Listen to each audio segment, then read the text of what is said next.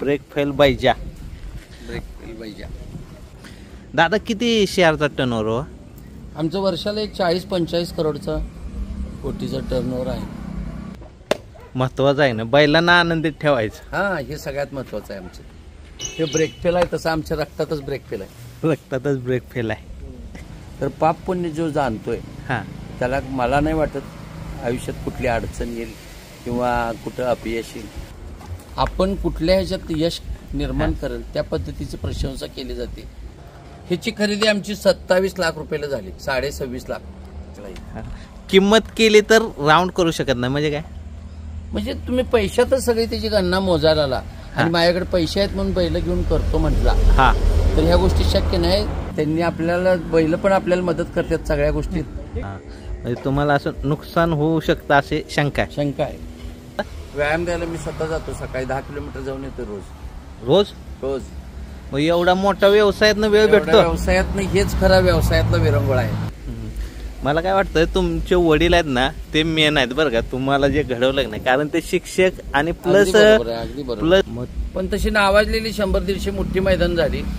नवीन पिढी कसं आहे, निव्वळ पळवायचं ध्यान असते. त्यांची उसाबर करणे किंवा त्याची निगा ठेवणे हे अजून नवीन पिढीला शक्य नाही. तुमच्याकडे संयम भरपूर दिसतोय आणि मॅच्युरिटी भरपूर दिसते, हे कशामुळे? पण हे व्यसन असल्यावर बाकीचे व्यसन नाही लागत ना? अजिबात लागत नाही. कुणाची जर शंका काय असेल, वेगवेगळ्या पद्धतीची लोक आहेत, त्यामुळे वेगवेगळ्या आवडी.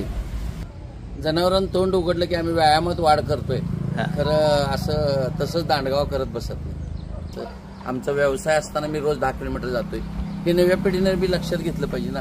आम्ही काय पैसे याच्यावर मिळवू शकत नाही किंवा घालवलोय असं पण काय आम्ही म्हणू शकत नाही. जरा आम्ही हिंसक गोष्टी करत नाही. अहिंसावादी लोक आहेत तसं आम्ही. बाबा जातीनच उजवा असला तर पळतोय असं नाही. एक आता जर्सी बैल सुद्धा आज काय काय नावारूपाला आलेत. आणि मुख्य जनावरांवर प्रेम करायला आपल्याला इथं एक वेगळा चान्स मिळाल्यागत असतंय. हा कुठल्या खांदी पळतो काय? हे दोन्ही खांद्याला पळतोय. दोन्ही खांद्याला, डावीला, दोन्ही बाजूला पळतो. रबर वगैरे टाकलं तर एकदम नाजूकपणा येतो त्याच्या नक्कीला. त्यामुळे थोडंसं कणखरपणा पाहिजेच. तुम्हाला पैसे किती मिळते त्याच्याशी महत्व नाही. जनावरांना न त्रास होता आपली मजा झाली पाहिजे. जनावरांचा छंद टिकून राहिला पाहिजे. पण विचार होणं महत्वाचं आहे. विचार झालंच पाहिजे ना. प्रत्येकाने आपली मतं मांडायची. हे बारे, जनावरांकडून चूक झाली तर ती खपल, पण आपल्याकडनं झालेलं नाही का? म्हणजे महत्वाचं जनावरांबद्दल प्रेम पाहिजे. त्याशिवाय ह्या गोष्टी घडत नाहीत. सध्याच्या पिढीला वळण चांगलं लावणे हेच गरजेचं आहे. संध्याकाळचा भरडा बैलाच कधी चुकणार नाही. आमचं एखाद्या जेवण चुकू शकतंय. असं 2 दाव्यांनी घरी बांधायचं नाही. नाही 2 दाव्यावर बांधायचं नाही. एसटीला बांधायचं नाही. मोरकी घालायची नाही. त्याला 95% मार्क असले तर ती 90%वर आहेत आता. मग ते पण काही कमी नाही त्याला. कमी नाही. तो मोठ्या बैलाचं भ्या खाऊ शकतो. मोठ्या बैलाची भ्या खाल्ली तर पुन्हा बैल एखाद्या वेळेला पळू शकत नाही किंवा तो हपकी खाऊन बैल मैदानात खराब व्हायची शक्यता असते. बैल पळतोय म्हणजे मी पळवायला गेला आणि त्याला ओव्हरलोड झालं तर तो कायमचा खराब होऊ शकतो. ह्या बैलाला तर आमच्या ब्रेक फेलला परवा इथे येऊन 65 लाख रुपयाला मागून गेलो. ब्रेक फेल असून चालत नाही, ब्रेक कंट्रोल लागतो याला फुल. ह्या शर्यती क्षेत्रात मनावर कंट्रोल असणारी लोक पाहिजेत. काहीतरी ह्यात हौशी नवशी गौशी बरीचशी आहेत. ही नदीतली लाल माती? होय, नदीतली लाल माती. खास बैलांसाठी? हो, बैलांसाठी. अशी जनावर शक्यतो म्हणजे क्वचितच पाहायला मिळतात. त्यामुळे त्याची किंमत तशी पैशाच्या ह्याच्यात करताच येते. त्यांचा पूर्ण वैचारिक पातळी प्रत्येकाची वेगवेगळी आहे. त्यामुळं जुनी बैल आहेत आमची. तुमची का वडिलांच्या काळात? वडिलांची. काय नाव आहे यांची? श्याम्याचंद्र्या. हा काळा श्याम्या? शिवचंद्र्या आणि तो श्याम्या. हा श्याम्या वडिलांच्या काळात. आणि तुम्ही त्यांची मूर्ती बनवली? होय. कुठून बनवली? त्याचं बनवलंय गावामध्ये. इथं मुलांनी बनवलंय. बैल 4000चे, स्टॅच्यू 12,000 रुपये आहे. बैल 4000चे, स्टॅच्यू 12,000चा. पण शेम जमलेत का? होय, शेम म्हणजे जरा बी फरक नाही. जराही नाही ना. गावातली बघितलं तर ओळखते ती बैलाची.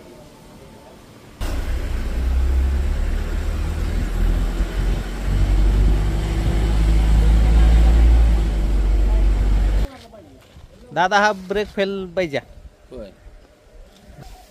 हा नाद कसा काय तुम्हाला? हे पहिल्यापासून वडिलांचं नाद आहे. हा वडिलांचा आहे. म्हणजे वडिलांच्या काळात बैल पळायचे. वडिलांच्या काळात बैल पळाली, त्यांची बैल होती चांगली. मगाशी तुम्हाला दाखवली ती श्याम सुंदर, श्याम्याचंद्र ती अशी टॉपला पळायची. होय, ती पण टॉपला महाराष्ट्र हिंद केसरी झाली. मला वाटतं ते 90 सालाला. ते रक्तात नाद आहे तुमच्या. रक्तात आहे आमच्या. हे ब्रेक फेल आहे तसं आमच्या रक्तातच ब्रेक फेल आहे. रक्तातच ब्रेक फेल आहे. किती बैल खरेदी केली तुम्ही तुमच्या लाईफ मध्ये? माझ्या लाईफ मध्ये मला वाटतं की 5 हा. आणि एक 3-4 झाली, 5-6 12-13 एकूण झाली. ही किती वर्षात झाली? 12-13. 10 वर्षात. 10 वर्षात 12-13 झाले. त्यात चांगली म्हणजे चांगली नाव केलं अशी कुठली बैल झाली? रुपया म्हणायचं होतं एक फुल्या म्हणून होऊन गेला, कुन्नूर फुल्या. परत हे होता कातर भवरा व सगळ्याचा, अशी 2-3 होऊन गेली. आणि शिवाय आता हिंद केसरीचा आहे. शिवाय ही 4 आहेत, ती पण त्या हिशोबातच आहेत. सगळी वयाने यंदा फुल त्या पळायच्या हिशोबात आले. तो हे वर्ष चांगलं आहे तुमचं. हे वर्ष जरा चांगलं आहे असं अपेक्षा धरायला काय हरकत नाही. त्यातनं आणि तकदीर, हा, नशिबातला साथ पाहिजे. नशीब पाहिजे, प्रयत्न पाहिजे, जनावरांना बघितलं पाहिजे, लक्ष दिलं पाहिजे.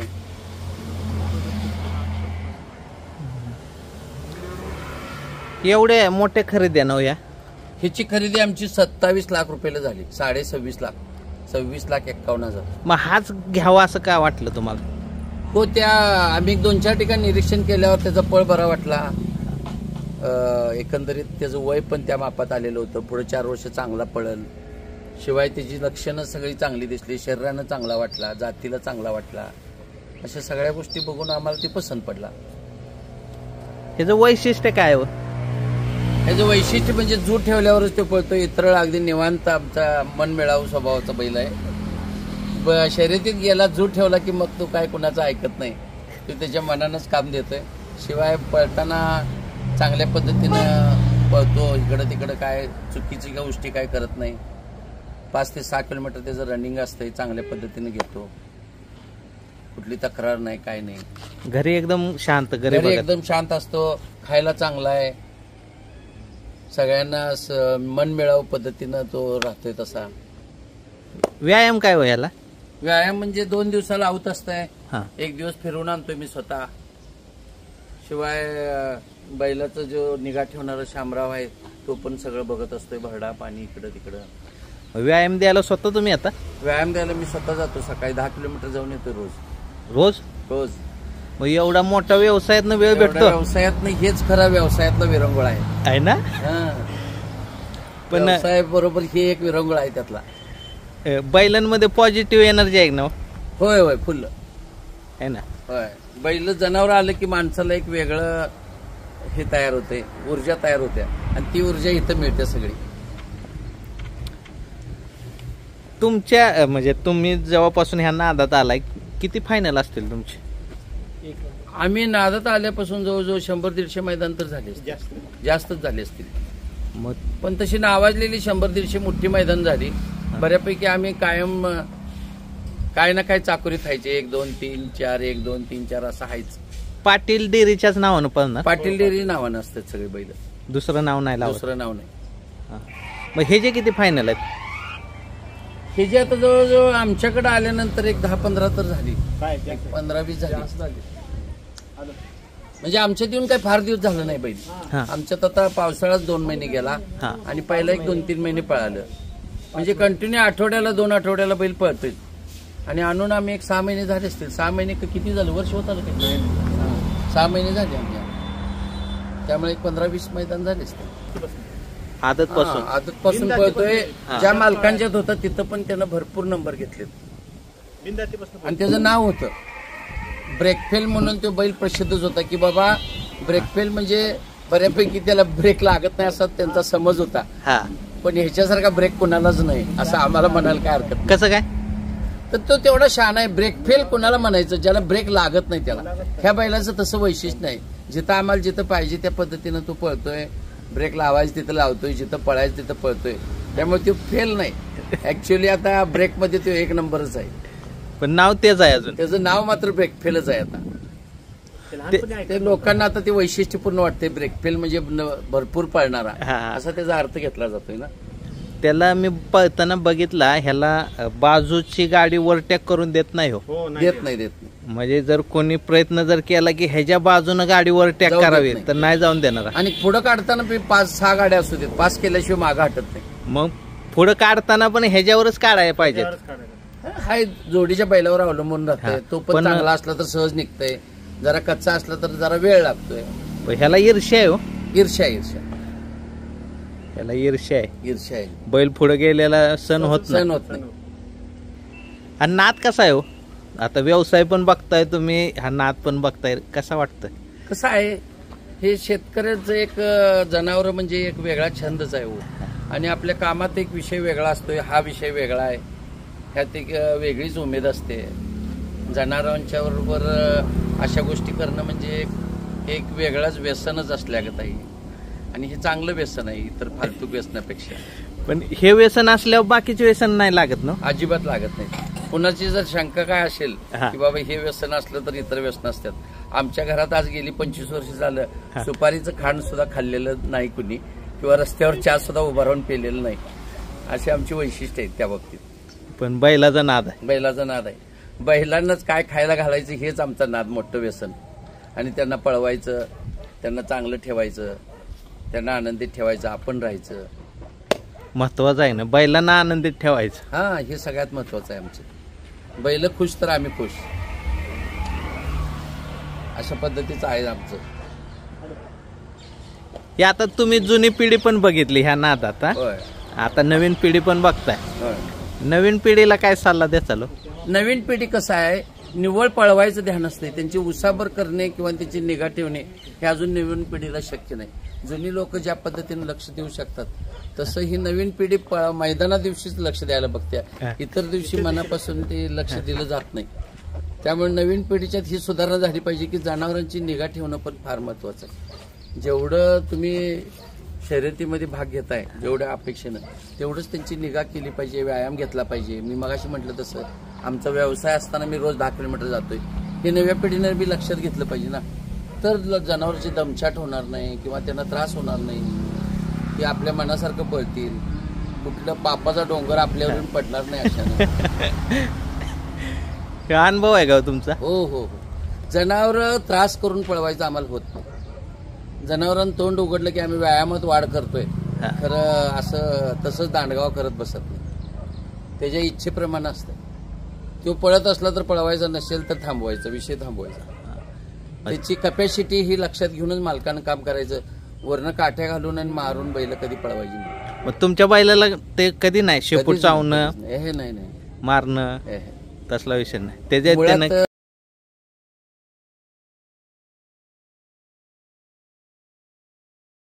पण आता शर्यती करतोय म्हटल्यावर आम्हाला बोलता येत नाही, एवढाच विषय अडचणीचा आहे. पण बऱ्यापैकी आमच्या रक्तात शक्यतो त्रास देणे जनावर असू दे अगर माणसं, तो प्रकार आमच्याकडे नाही. आम्ही काय असं ते एक खेळ म्हणून आम्ही ते बघितलं जाते. मुळात तो जन्मता थोडस अंगात त्याच्या चप्पलपणा पाहिजेच. असं बैल बाबा जातीनच उजवा असला तर पळतोय असं नाही. एक आता जर्सी बैल सुद्धा आज काय काय नावारूपाला आलेत. तो थोडस अंगातलाच एक कडकपणा पाहिजे जनावराला. शिवाय त्याला व्यायाम झाला पाहिजे, त्या पद्धतीचं उसाबर पाहिजे. ह्या सगळ्या गोष्टी एका ठिकाणी एकत्र आल्या तरच ह्या सगळ्या गोष्टी घडतात ना. बैल पण त्या थोडासा अंगचा असावा लागतो. निव्वळ तालमीनं आणि ह्याच्यानंच तयार होतोय असं नाही. त्याची मूळ जन्मता काही गोष्टी त्याच्या शरीरात पाहिजेत, त्या चपळपणा पाहिजे. मग त्याच्या डोक्यात ती सनक पाहिजे. कसं आहे, पैलवान कुठला बी झाला तर सगळ्यांना खायला घातलं तर सगळी पैलवान होऊ शकत नाही. ठराविकच हिंद केसरी होतात. तसं हेच आहे, सगळीच हिंद केसरी होऊ शकत नाही. त्यातला जो वेचीव आहे त्यातला त्या पद्धतीचा बैल आहे तोच हिंद केसरी होऊ शकतोय ना. दातात आता हे साधारण साईदाती आहे. अजून एक 4 वर्ष पळायला कुणाला शक्यतो ऐकत नाही, अशा पद्धतीचा त्याचा पळ असतोय. हे जे पैरे कोणाबरोबर असतात शक्यतो काय होतंय, जे आता नावाजलेली बैल असतात त्यांच्यातच मिळून पैर केलं जातंय. आता आमचा वरचीवर नंबर घेतोय, असाच आणि कुणाचं तर नंबरात असतो, त्याची जोडणं होत्या. मग आणि एखादी वरची गाडी, अशा पद्धतीचं पैरं बघून केलं जाते.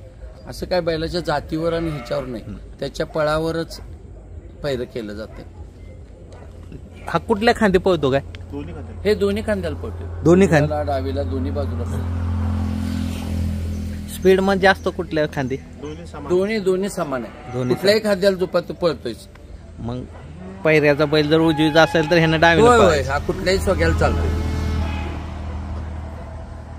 शक्यतो जास्त करून बैल उजव्या सोग्याचे असतात, हा त्यामुळे ह्याला डावीला कायम झोपायला लागते. कधी तर प्रॉब्लेम येईल त्या दिवशी उजवीला घालतोय, पण शक्यतो आता हा डावीलाच पळतोय सध्या चालूला. तर जास्त याला डावीनं पळायला लागतंय कारण पैऱ्याची बैल उजवीची आहेत. जास्त करून उजवीला असतात. हा लांब कुठपर्यंत जातो पळायला? लांब कर्नाटकात बऱ्यापैकी आता हे सांगली कोल्हापूर जिल्हा सगळा टोटल आहेच. शिवाय कराड वगैरे भाग आहे तो तिकडे मिनिटावर वगैरे असतात, त्यामुळे ही मैदानं तिकडे नसतात, त्यामुळे ह्यांचा पळ वेगळा पडतो. आणि डांबरीवर आम्ही कधी पळवत नाही. डांबरीवर नाही पळत? डांबरीवर नाही पळवत. मग डांबरीचं मैदान असेल तर नाही जायचं? नाही, डांबरीवर आम्ही जात नाही. डांबरीवर पाय निसरून जनावर खराब व्हायची शक्यता असते, त्यामुळे शक्यतो जनावराला अशा प्रकारे काय होईल याची फार काळजी घेतली जाते. मग जनावराला त्रास होईल असं करायचं नाही? हेच महत्वाचं आहे, सगळ्यात महत्वाचा तो विषय. तुम्हाला पैसे किती मिळते त्याच्याशी महत्व नाही, जनावराला न त्रास होता आपली मजा झाली पाहिजे, जनावरांचा छंद टिकून राहिला पाहिजे. त्यांना त्रास देऊन कुठलीही गोष्ट करायची नाही, करायचीच नाही. ह्याच्यात टू व्हीलर किती जिंकल्या तो याने? तसं आम्ही टू व्हीलर जवळजवळ आतापर्यंत 15-20 जिंकल्यात, पण ह्या बैलावर आतापर्यंत आमच्यात 4 गाड्या आल्यात. ह्याच्या पूर्वीच्या ह्याच्यात म्हटलं तर आमच्यात आता 10-12 मोटरसायकल आहेत, सगळ्या बैलांच्याच आहेत. बैलांच्यात? मग त्या कुठल्या बैलाच्या होत्या? ते ह्याच्या आधीचा आमचं कातरभवरा म्हणून होता, फुल्या म्हणून होता, त्यांच्या त्या शर्यतीत आहेत. बऱ्यापैकी वाहनाचं बक्षीस कमीच असतंय, जास्त करून ₹1,00,000, ₹2,00,000, ₹5,00,000 अशीच बक्षीस असतात. पण अलीकडे वाहनाचं कुठं तर निघते त्यावेळेला वाहन स्वीकारावं लागते. कोण बघतो हे सगळं? मॅनेजमेंट कोणाचं आहे? असं काय नाही, हे आम्ही 4-5 जण आहेत. हा, हे शकील तांबोळे म्हणून आमचे मित्र आहेत, मी स्वतः असतो. गाडीवानी गॅस्को म्हणून दानोळीचा आहे, प्रकाश डॉक्टर म्हणून डॉक्टरचं काम करतोय बैलांना सगळ्या. असं एक 5-6 जणांची युनिटी प्रत्येकाच्या विचारानं मिटिंग करूनच असते ना. ती सगळ्यांचे विचार एक झाले, बाबा अमुक ठिकाणी असं करायचं, झालं प्लॅनिंग. पण विचार होणं महत्वाचं आहे. विचार झालंच पाहिजे ना, प्रत्येकाने आपली मतं मांडायची. का तर हे लाखो पब्लिक मध्ये जाणारा विषय आहे ना. एका शर्यतीमध्ये नाही म्हटलं तर किमान 2-2 लाख 3-3 लाख लोक बघायला येतात ना. बरोबर. तर तिथं आपल्याला नाव करायचं म्हटल्यावर सहजासहजी फेल जाता कामा नये. आपल्याकडनं कुठली चूक व्हायला नको. जनावराकडनं एखादं झाली तर खपल, पण आपल्याकडनं व्हायला नको. हे बारे, जनावराकडून चूक झाली तर ती खपल, पण आपल्याकडनं झालेली नाही का? पण मी काय म्हणतोय दादा, आता जेव्हा टॉपचा बैल दावणीला असतो तेव्हा बाकीच्या बैलांकडे दुर्लक्ष होतं? तसा काही विषय नाही. आमच्यात जनावराला पोटाला घालत असताना सगळे समान, सगळ्यांना इथनं तिथनं सामान पकडलं जाते. हा पळणार आहे म्हणून जादा, आणि हे असला काय प्रकार नाही. असं जनावर बांधायचं पण नाही. हे काय खायचं सगळ्यांनी तीच खायचं. गाय सुद्धा तीच खाते आमच्या, आहे ना. पहिला जनावराबद्दल प्रेम पाहिजे बघा. तो पळणारा असू दे अगर नसू दे, आपल्या घरी आहे म्हटल्यावर ते सांभाळलं गेलंच पाहिजे. व्यवस्थित नसेल तर ते ठेवायचंच नाही. म्हणजे महत्वाचं जनावराबद्दल प्रेम पाहिजे. त्याशिवाय ह्या गोष्टी घडत नाहीत, आणि त्याशिवाय हा नाद पण टिकत नाही. ज्याला प्रेम नाही तिथं या गोष्टी शक्य नाही. 6 महिने, 2 वर्षात जनावर पण बाद होतंय आणि हा धंदा पण बंद पडतो. हे चालत नाही. आज आमचं 35 वर्ष टिकायचं कारण हे की मूळ जनावरावर आमची श्रद्धा आहे सगळ्यांची, घरच्यांची म्हणा, आमची म्हणा, आमच्या वडिलांपासून. जनावर म्हटलं की एक वेळा आमचा खायचं टायमिंग चुकल, पण जनावरांचं कधी चुकत नाही. संध्याकाळचा भरडा बैलाच कधी चुकणार नाही. आमचं एखाद्या जेवण चुकू शकतंय, असं त्याचं वैशिष्ट्य आहे. आता दादा, तुमची सगळी बैल म्हणजे गळ्याला बांधलेले आहेत, मुरकीला नाही, इसनेला नाही. हे कशासाठी? कसं असतंय, फक्त इसनेला शर्यतीमध्ये ज्या वेळेला त्याचं पळ असतोय त्यावेळेला ते चुकू नयेत म्हणूनच ते घालायचं. इतर वेळा त्याला स्वच्छंदपणा निवांत राहिलं पाहिजे, त्याला कुठला त्रास होता कामा नये. बिनधास्त त्याला इकडे तिकडे फिरता यावं, मोकळीक मिळावी, ही त्याचा उद्देश असतो.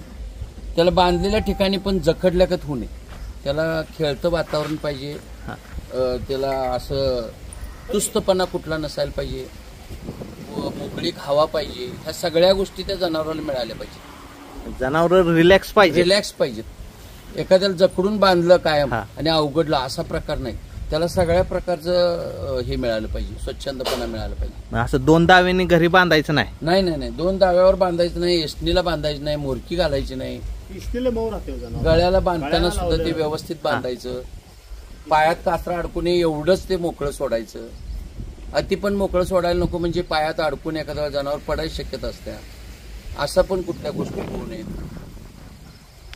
शेवट जनावराला काही सगळ्या गोष्टी कळतातच असं नाही, थोडंसं आपण पण त्याचं लक्ष द्यावंच लागतं ना. आणि शक्यतो शर्यतीची जनावर हुशारच असतात, बऱ्यापैकी हुशार असतात.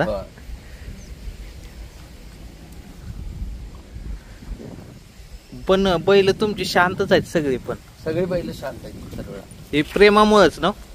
प्रेमामुळे म्हणा, त्यांचं मनसोक्त त्यांना मिळतंय, सगळं पाहिजेशीर हवेशीर मिळतंय, पोटायला पाहिजे ते मिळतंय, घसघस करायला लागत नाही, भरडई पाठी बघून उलटी होत नाही.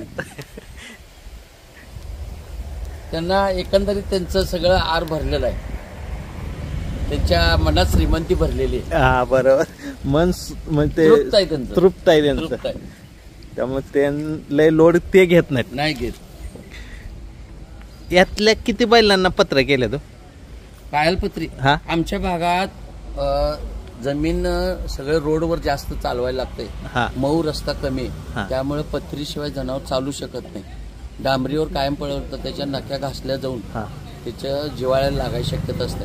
त्यामुळे बऱ्यापैकी ह्या भागातल्या 90% जनावरांना पत्री लावलीच जाते. जिथं ज्या भागात रोड कमी आहे, मऊ रस्ता आहे, अशा ठिकाणी ते चालू शकते. पण आमच्या भागात बऱ्यापैकी 95% बैलांना पत्री पाहिजेच. पत्री पाहिजे, कंपल्सरी आहे. नसेल तर ते घासलं जाऊन मग त्याच्या जिवाळ्याला लागून तो बैल दबकायला लागतो किंवा चालायला येत नाही त्याला. आणि हे बडवायची कधी हो? साधारण ते चौशात आल्यावर ठराविक मोसम बघून, थंडीच्या दिवसात ते बघून त्यांनी ते बडवायचा विषय असतो. त्याच्या त्याचा रंगरूप बघून, त्याची शरीर रचना, त्या सगळ्या गोष्टी पाहूनच ते केलं जातं. आता ही घरची गाडी पळवता का? होय, स्वतःची पण आमची असते की का. मग ह्याच्याबरोबर कोण पळतो? ह्याच्याबरोबर ह्या चौघातले कुठलंही पळू शकते सगळे, असं काही नाही, कुठलंही पळू शकते. कोण कमी? जवळजवळ त्याच्या जवळ आहेत. ह्याला 95% मार्क असले तर ती 90%वर आहेत आता. मग ते पण काही कमी नाही, त्याला कमी नाहीत, कमी नाही.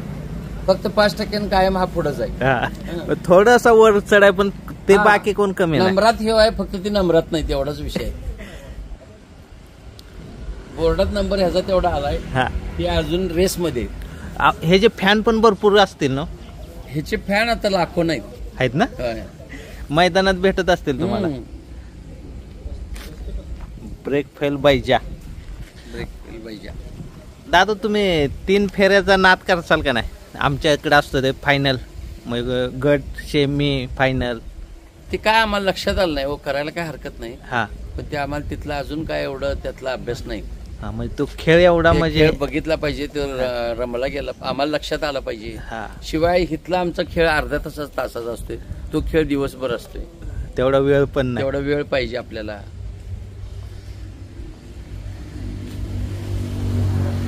इकडचा खेळ खचून 1 तास 1.5 तास झाला म्हणजे विषय संपला. असं दिवसभर थांबायला लागत नाही, एका फेरीत सगळं संपला जाते. तिकडे दिवसभर फेरे असतात ना, 500, 200, 300 अशा गाड्या असतात ना. आमच्याकडे जास्तीत 25-30 गाड्या म्हणजे शेवट. तुमचं गाव कोणतं मग? आमचं खटाव तालुका. खटाव तालुका. आमच्याकडे 3 फेऱ्याची मैदान. जनरल मध्ये पहिली व्हिडिओ आहे आता आमची. बर बर बर. ह्या भागातली कातर खटावच्या बाजूला पळस गाव आहे, तिथला आहे. म्हणजे तुमच्या मैदानातले, तुमच्या खेळातली ही पहिली व्हिडिओ आहे आपली. आता बघू कशी लोकांना आवडते का बघूया, आपल्याला पण ह्यातलं जास्त माहिती नाही. दादा, हा बैल बघूया का? हा कोण आहे? गुंडेवाडीचा बैल आहे. आम्ही घेऊन तरी ह्याला पण एक 4-5 महिने झाले. हा पण आता कवळा बैल, सगळ्या बैलात छोटा बैल आहे, पण आतापर्यंत त्यानं चांगल्या ठिकाणी नंबर केलं. ह्या वर्षी तो वरच्या गटात पळेल. किती दाते आहे हा? हा चौसा आहे. हा 4 दाती. हा 6 दाती म्हणायचा. बऱ्यापैकी सगळी 6 दातीच. हा तेवढा एकच चौसा आहे. बाकी सगळे 6 दाते, हा एकटा चौसा. हा बैजाबर पाहिला नाही काय असतंय, एकदम निबार बैलावर ही कवळी बैल पळवली जरा दबकायची शक्यता असते किंवा घाबरायची शक्यता असते. त्यांना आम्ही भीती पडेल अशा पद्धतीचं कधी प्रॅक्टिस नसते. त्याला प्रॅक्टिस देत असताना त्याच्या ताकदीनुसारच दिलं जाते. बरोबर. मग तो मोठ्या बैलाचं भ्या खाऊ शकतो. मोठ्या बैलाची भ्या खाल्ली तर पुन्हा बैल एखाद्या वेळेला पळू शकत नाही किंवा तो हपकी खाऊन बैल मैदानात खराब व्हायची शक्यता असते. बैलांचा उत्साह टिकवूनच या शर्यतीत करावं लागतं. सगळं म्हणजे बैलांच्या हिशोबानच करावं लागतं. त्यांचं नूर ओळखूनच आपल्याला लक्षात आलं पाहिजे की काय केलं पाहिजे. बैल पळतोय म्हणजे मी पळवायला गेला आणि त्याला ओव्हरलोड झालं तर तो कायमचा खराब होऊ शकतो. का तर आता याची घेतानाची आमची खरेदी 16 लाख रुपयाची ह्या बैलाची. ह्या बैलाला तर आमच्या ब्रेक फेलला परवा इथे येऊन 65 लाख रुपयाला मागून गेले. ब्रेक फेल हायेस्ट असेल ना किंमत? हा 65 म्हणजे शेवट. ह्याच्यापूर्वी कधी 65 कुठंच झालं नव्हतं, पण त्याचं झालंय. पण त्याची आता कसं आहे, त्याचं पळ बघितलं तर पैशात तशी किंमत होऊ शकत नाही. 65 बी नाही, 35 बी नाही, 1.65 पण नाही. ते एक छंदच वेगळा आहे. बरं. अशी जनावर शक्यतो म्हणजे क्वचितच पाहायला मिळतात. त्यामुळे त्याची किंमत तशी पैशाच्या ह्याच्यात करताच येते. ते नशिबानं तुमच्या दावणीला आलाय. त्याची किंमत नाही होऊ शकत. किंमत केली की राऊंड करू शकत नाही. हा पैशाचा खेळ नाही, हे तसं बघायला तर हौशीचा खेळ आहे. किंमत केली तर राऊंड करू शकत नाही म्हणजे काय? म्हणजे तुम्ही पैशातच सगळी त्याची गणना मोजायला आला आणि माझ्याकडे पैसे आहेत म्हणून बैल घेऊन करतो म्हटला तर ह्या गोष्टी शक्य नाही. त्या बैलाबरोबर आपण मालकांना त्याच्याशी मन लावावं लागते, त्याच्याशी तेवढे प्रयत्न करावे लागतात. निव्वळ पैसा आहे म्हणून करून चालत नाही. तुम्हाला सांगितल्यासारखं आमची एवढी मोठी डेअरी असताना सकाळी फिरवायला का जात आहे, तर त्याच्या सगळ्या गोष्टी आपल्याला दिसून येतात मालकाला. आणि निव्वळ इतरांच्यावर आपण पैसा देऊन त्याच्या बैलावर गडी ठेवूया आणि करूया, ह्या गोष्टी शक्य होत नाहीत. आणि मग ते एवढ्या टॉपला बैल जाऊ शकत नाही. त्यामुळे ह्या सगळ्या गोष्टी एकत्रित आल्या तर शर्यतीत कुठं तर नाव व्हायची शक्यता असते. म्हणजे मनी पॉवर वापरून सक्सेस नाही होऊ शकत. नाही नाही नाही नाही, फक्त आपण लक्ष घालायचं. निव्वळ मनी पॉवरचा विषय होत नाही. ते पुढची बैल बघूया. हा फुल्या आहे. हा फुल्या. ह्यातला सगळ्यात जुना बैल कुठला? जुना म्हणजे आमचे ह्या 3 महिन्यात ही 5ची खरेदी आहे. मधल्या ह्या 6 महिन्यात आणि पहिल्या 3 महिन्यात ही सगळी खरेदी झाली. याच्यापूर्वी मध्ये एक 4 वर्ष आम्ही गॅप दिला होता. आम्ही जरा थांबवलं होतं. 4 वर्ष बैल नव्हता? बैल नव्हती आमची. एक 4 वर्ष आम्ही थोडस थांबवलं होतं. पण आमचा स्वभाव किंवा ते आम्हाला जे नाद म्हणतोय ते असल्यामुळं पुन्हा आणि त्या क्षेत्रातच आम्हाला यावं लागलं. नाहीतर आम्ही थांबवायचं असं आमच्या डोक्यात होतं. थोडंसं लोकांना समजलं जाते ना, शर्यती म्हणजे पळवून त्यांची मारहाण होते, त्यांचं नुकसान केलं जाते, शेपटी चावली जाते. ह्या सगळ्या गोष्टी ऐकून आपण तर कशाला त्यात शिरायचं, अशा उद्देशानं आम्ही एक 5-6 वर्ष थांबलो होतो. शेवट काय जे आपल्या स्वभावात आहे ते चुकत नाही. ते आणि पुन्हा आमच्या पदरी आलं आणि पुन्हा ते चालूच झालंय. तर बघू किती दिवस चालू राहते. मग ते 4 वर्ष कशी गेली हो तुमची? असं काय नाही, चर्चेत कोयना बघायला वगैरे जात होतो. आतल्या आत आपल्या मनात त्या विषय होतच की प्रत्येक ठिकाणी बघल त्यावेळेला हुरहुर येणारच की बाबा आपला बैल पाहिजे होता म्हणून. अशातनं ते पुन्हा आणि चालू झालं. शिवाय आमचे मित्र सवंगडी सगळे त्याच ह्यातले आहेत ना, त्याने पुन्हा तुम्हाला घ्यायला लावलं. त्याने आणि घ्यायलाच लावलं. दादा घेतल्याशिवाय काय पर्याय नाही. आणि आपण रोज बघायला नुसतं जाऊन उपयोग नाही. आपला बैल असल्याशिवाय आपल्याला मजा येत नाही. अशा ह्याच्यातनं ते पुन्हा आणि चालू झालं. चालू झाल्यावर मग 1ला 2, 2ला 3, 2ला 4 अशी होत गेली. आता सगळी जनावर आमची अगदी चांगल्या पद्धतीची आहेत. बघू आता आमची हाऊस कुठंपर्यंत टिकते, काय होते, यात यश काय काय पद्धतीनं होते. तुमच्या पुढच्या पिढीला नाद आहे का? पुढच्या पिढीला आम्ही होऊ दिला नाही. म्हणजे हा ह्या शर्यती क्षेत्रात मनावर कंट्रोल असणारी लोक पाहिजेत. काहीतरी ह्यात हौशी नवशी गवशी बरीचशी आहेत. ह्यातनं चैनीची बी शक्यता असत्या. त्यामुळे नवीन पिढीला आम्ही काय सगळ्याच गोष्टी सगळ्यांना घडतील असं नाही. आम्ही व्यवसायात पाडले. शक्यतो ह्या शर्यती क्षेत्रात त्यांना घेतलेलं नाही आहे किंवा त्या घरातल्या सगळ्या लोकांना ह्यात समाविष्ट केलेलं नाही आहे.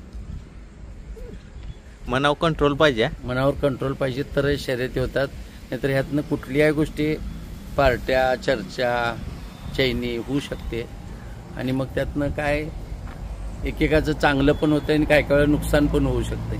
त्यामुळं नवीन पिढीला काय आम्ही ह्यात पाडलेलं नाही.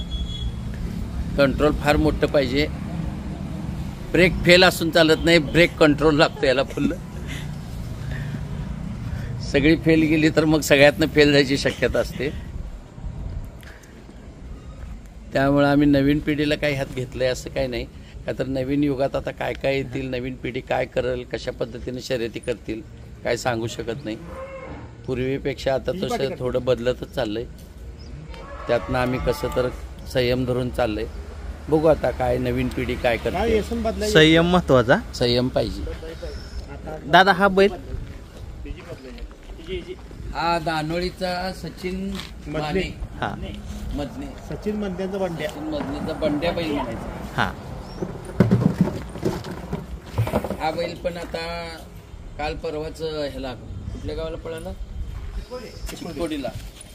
अगदी चांगलं अर्धा किलोमीटर अंतर टाकून पळून नंबर करून आला तो. मागच्या गाडीत आणि ह्याच्यात अर्धा किलोमीटर अंतर पडलं होतं शेवटी. मग हा कुठल्या गटात पोहतो? जनरल मध्येच पळतो. हा पण जरा 2 नंबरच्या गटात. हा जसं ब्रेक फेल अगदी वरच्या 4 गाड्यात हा. आहेत तसं ह्या एक 5-25 गाड्या वरच्या ज्या आहेत हा त्या ह्याच्यातला हा बैल आहे. सध्या त्याची अपेक्षा आम्ही ठेवल्या की बाबा हा. हे पण ब्रेक फेलच्या लेवलला जावं. त्या दृष्टीने आमचे प्रयत्न चालू आहेत आणि त्या दृष्टीने बैलाची पण तयारी दिसते आणि त्याची उमेद पण दिसते. आता बघू आपण काय काय देत पुढे यश कसं कसं येतं. म्हणजे तुमच्या दावणीचा 2 नंबरचा बैल हा धरूया. 2 नंबरचा बैल फुले आहे. हा आणि 3 नंबर आणि 4 नंबर असे बाकीचे होत गेल्यात. आता आम्हाला नंबर काढायला येत नाही. म्हणजे प्रत्येक मैदानला प्रत्येकाचा आता नंबर आहेच. असं मागं पुढं कोण नाही. पण सगळ्यात टॉप 1 नंबरला ब्रेक फेल आहे. बऱ्यापैकी 2 नंबरला 4ही बैल आमचे आहेत. आता कोण कमी नाही. कमी नाही. हे बाळूदादा हजारे म्हणून त्यांचा हा सोन्या नोकर लंपी सोन्या असं त्याचं नाव आहे.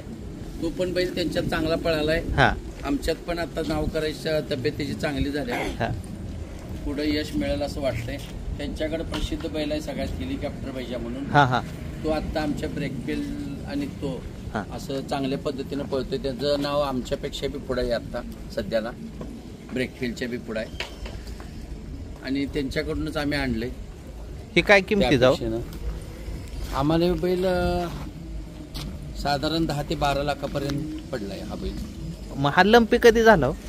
लंपी त्यांच्यात असताना झालाय. आमच्यात आल्यावर त्याचे ते वळ आहे तसे दिसून राहतात. आमच्यात आल्यानंतर लंपीचं काय लक्षण नाही पण तिथंच झालं होतं ते.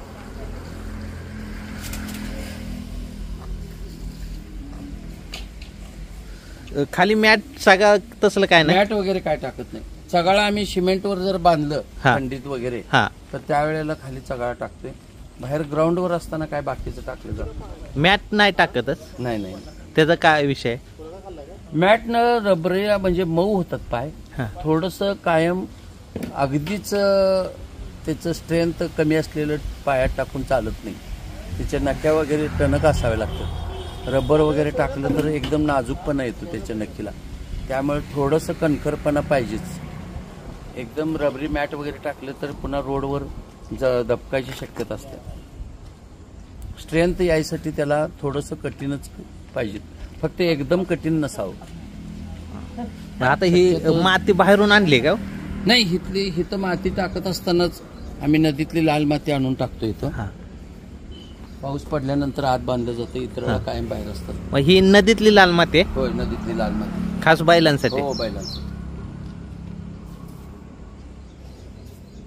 आणि मेका पूर्ण आत घातलेत ते काय लागू नये म्हणून काय? पायाला लागू नये, उड्या मारताना वगैरे त्यांना ठेचकाळू नये, हा कुठल्याही पायात अडकाडकी होऊ नये म्हणून एका जमिनीबरोबर मारलेले असतात. दादा आता तुमचा रोज बैलांच्या साठी किती वेळ जातोय? सकाळी 2-2.5 तास एवढंच असते. दिवसभर पुन्हा मग हा त्या बैलावर जो माणूस असतो तोच सगळं बघतोय. सकाळी 1-2 तासातच त्याचं परीक्षण केलं जाते हा दुसऱ्या दिवशीच, आणि संध्याकाळी वेळ मिळाला तर 1 तासभर येतोय. आमचा व्यवसाय मोठा असल्यामुळं जास्त करून इकडंच वेळ देऊन चालत नाही. सकाळी मात्र 2 तास मी असतो 100% इथे. उठता कितीला? तरी सकाळी 6 वाजता उठतोय. हा. 6 ते 8, 8:30, 9 इकडं जनावरांच्याकडे वेळ जातोय. थोडं डेअरीत चक्कर असते. 7 ते 8 मध्ये बैल फिरवून आणतोय. 1 तास 1.5 तास जनावर फिरवण्यात जातात आमची. मग ते छकडेला झोपून न्यायचे का कुठं फिरवायला? फिरवायला आम्ही कुणीकडे पण जातोय ना, 5-6 किलोमीटर. मासे झोपूनच न्यायचे ना? झुपूनच न्यायची. हा त्यातली 2-2 झुपून न्यायची. रोज बदलून झुपायची. हा एखाद्याची शर्यत झाली असली की त्याला तेवढा गॅप द्यायचा. हा जे विश्रांती आहे बैल ती त्यांना फिरवायचं, जेणेकरून बैलांची कंडिशन बघून कुठल्याला फिरवायला न्यायचं ते ठरवायचं इथं आल्यानंतर. दिशी आपली खिलार जातीतली ठेवा ना एक. खिलार जातीच्या गाईला ठेवायला काही हरकत नाही. मग पुढं पिढ्यानपिढ्या कायम ह्योच व्यवसाय आमचा टिकून राहील खिलार जातीचं ठेवलं तर. हे सगळा अभ्यास करून आम्ही ते काय केलेलं नाही. असं ना? हा. गाय आली तर पिढ्यान पिढ्या हा व्यवसाय टिकेल. चालू राहील. मग तुमची इच्छा राहायला नाही पाहिजे का? नाही, थांबलं गेलं पाहिजे. हा पुढचा काळ कसा येईल काय सांगता येत नाही ना. सध्याच्या पिढीला वळण चांगलं लावणे हेच गरजेचं आहे.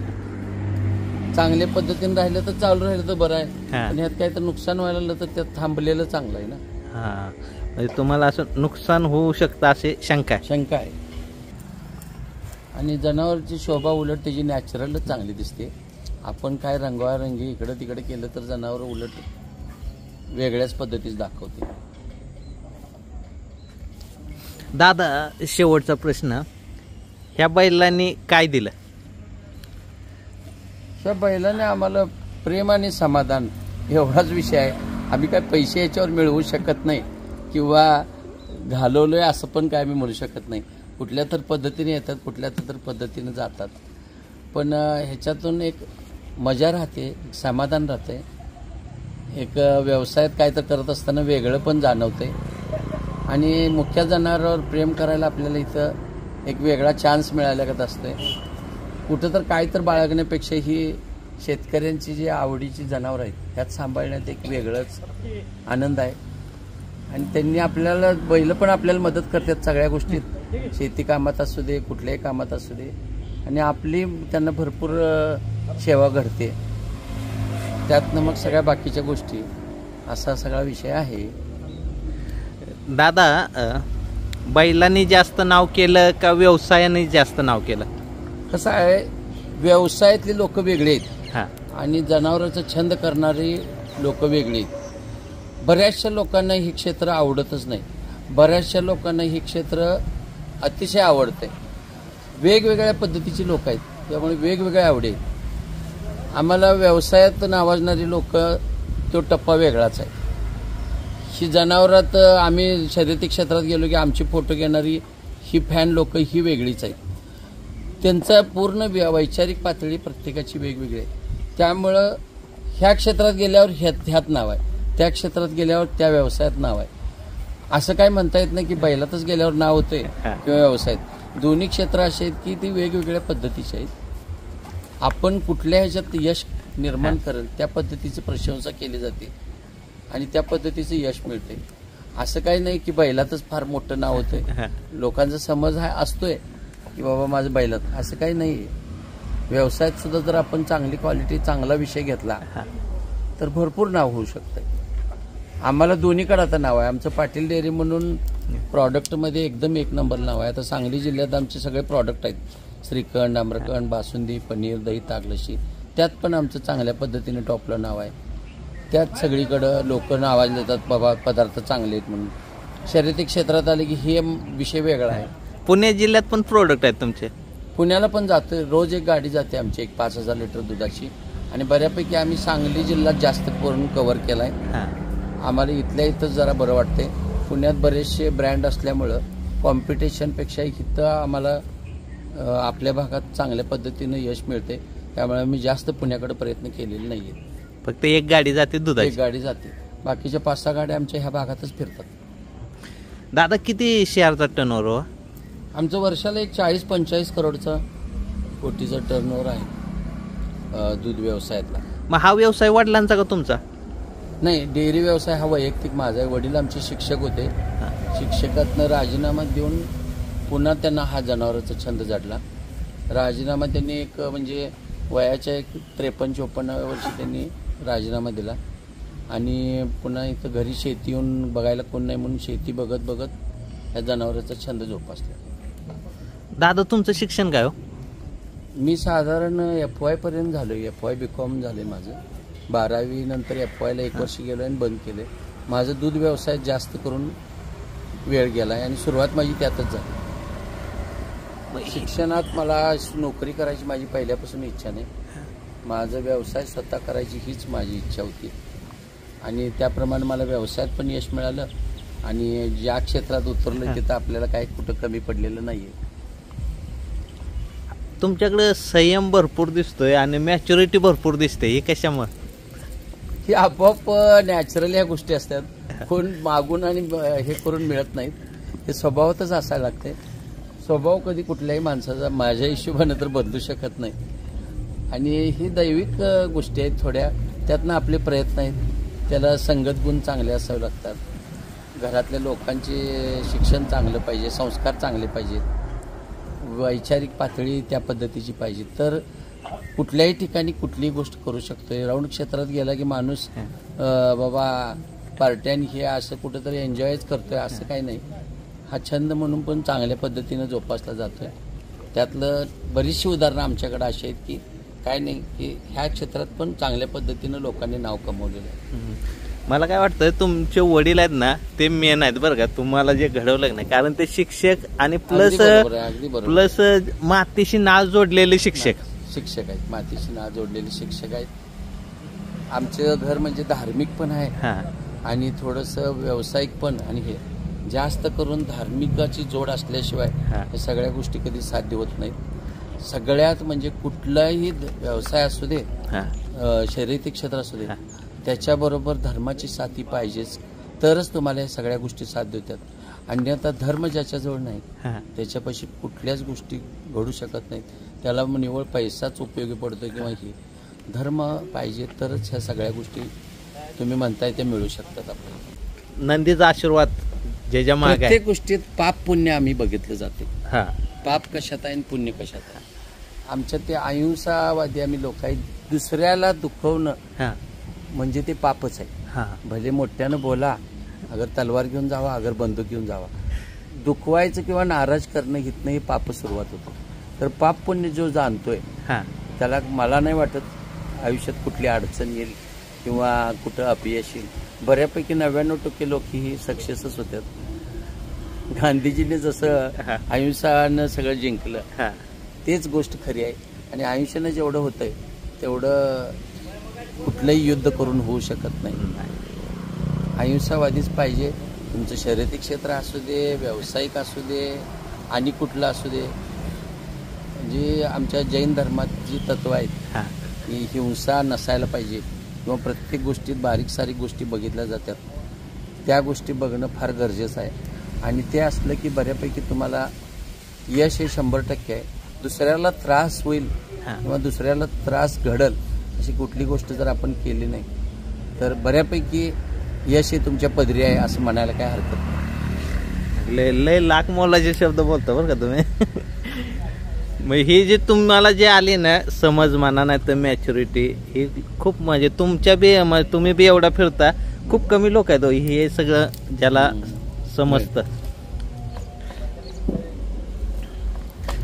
दादा धन्यवाद. थँक्यू. अगदी बिनधास्त राहा. नाही काय करत